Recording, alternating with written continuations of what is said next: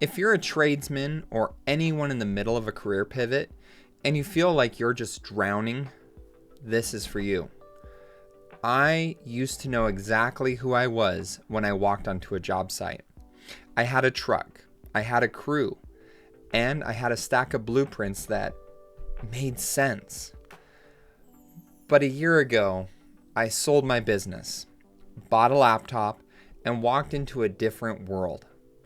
People sell you the dream about coding in 90 days. I'm here to tell you that's a lie.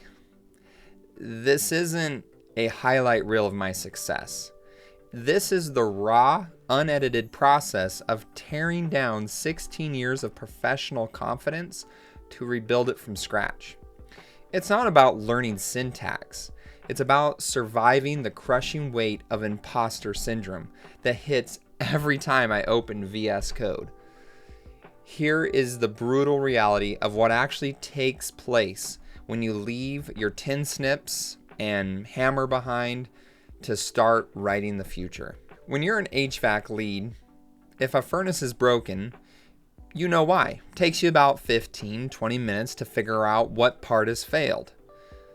You fix it. You move on. In software, when you see the screen go blank, you don't even know where the problem is. I've spent 16 years building my identity on being the guy who solves the problems. Now, most days, I feel like the guy who just creates them. I've gone from being the expert into the room to being the guy who doesn't know if he even belongs in the building. If you walked onto a job site 3 years ago and told me I'd be sitting here struggling through React components and debugging Python APIs, I would have said no way. I'm a former business owner. I spent 16 years in the trades, HVAC, electrical, crawling through attics, solving physical problems with physical tools. But moving into software engineering, that has been the most humbling, exhausting, and confusing transition of my life. There's a narrative out there that anyone can learn to code in 90 days. I'm here to tell you that's a lie. In reality, it takes at least 90 days just to get a functional grasp of the basics: HTML, CSS, and JavaScript. That's not mastery. That's just getting the basics. That's just learning how to cut sheet metal before you even pick up the tin snips. It's not just hard. It's a total different way of thinking. Today, I'm sharing the exact struggles I faced when I pivoted from the trades to tech, and how I'm overcoming the impostor syndrome that hits every single time I open my code editor. I love it. It's enjoyable. It's fun. But still, the reality sinks in. In the trades, the feedback loop is immediate. You wire a thermostat, you flip the door switch onto the furnace, and the furnace turns on. Or it doesn't. You can use diagnostic tools to figure out which wire is shorting out or if there's even power going to the terminal. You can see what's going on. When I started coding, I hit my first major wall. You write code and you save the file, and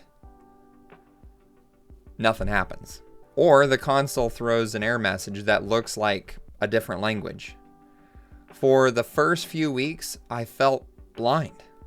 I was used to diagnosing systems I could touch, and suddenly I was trying to diagnose digital logic. I overcame this by treating code like a circuit. I realized that if a React component isn't rendering, it's not magic. It's just a broken path to get there. I started using console.log, not just to see the result, but to use a meter on the circuit at every stage of the function. I had to learn that debugging is just running a diagnostic on a machine that you just can't see. It wasn't just the code that was confusing. It was feeling that I didn't belong in a room with people writing it. The second struggle was the voice in my head. You're in a boot camp, surrounded by people who seem to be native to the digital world. I'm 16 years into a career that I sold. Consistently, I felt like an outsider. I thought, I'm too old for this. I'm too blue collar for this. I felt like an imposter.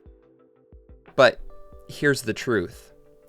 I discovered experience is an unfair advantage. When I took a complex project, I don't get intimidated by the code. I look at it as a project management challenge. I know how to talk to clients. I know how to de-escalate a frustrated customer. I know how to manage a budget. Those soft skills are something you can't teach in a university. I overcame this struggle by stopping the comparison game. I realized I wasn't competing with 22-year-old CS grads.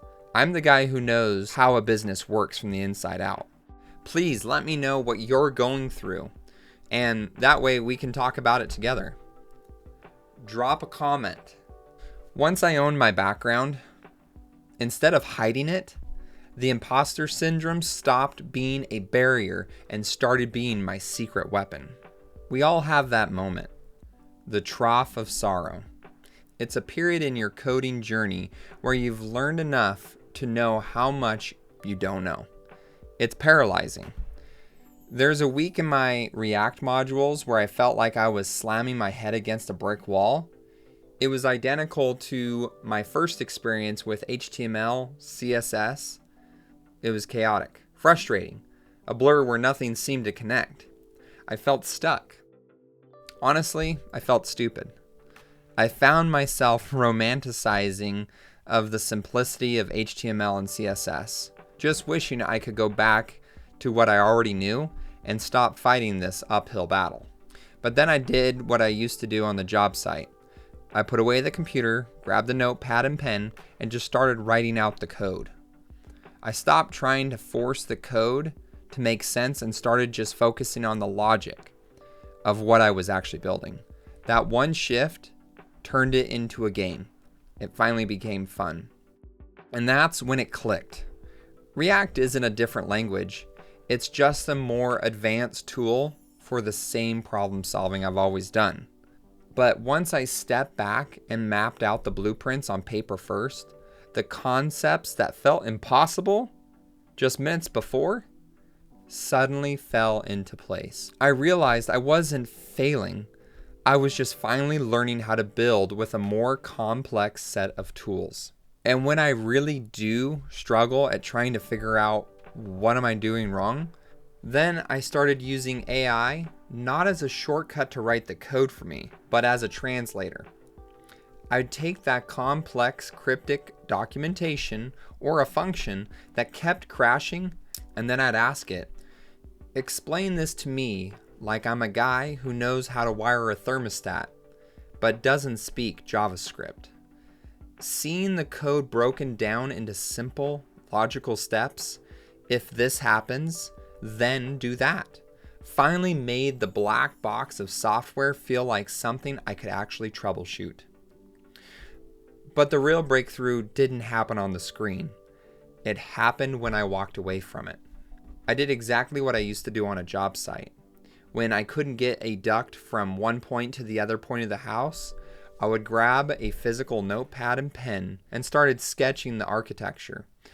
I stopped trying to force the code to make sense and started mapping out the actual logic of what I was actually building. That one shift changed everything. That's when it became fun, when I knew exactly what function and what component did what. So, why should you keep going? If you're sitting in your truck or in your shop or at a desk you hate and you're thinking about coding, please don't give up just because it's hard. It's supposed to be hard. The struggle is the training. The frustration you feel when the code doesn't work is exactly what's building the diagnostic brain that will make you a high-paid engineer in a year. I'm aiming for an October completion, and I'm going to share the highs and the lows all the way to the finish line. If you're a tradesman, a veteran, or a career changer who feels like you're out of place, You're not. You're just in the middle of a very important install. Subscribe, join the community, and let's keep building. I'll see you in the next one.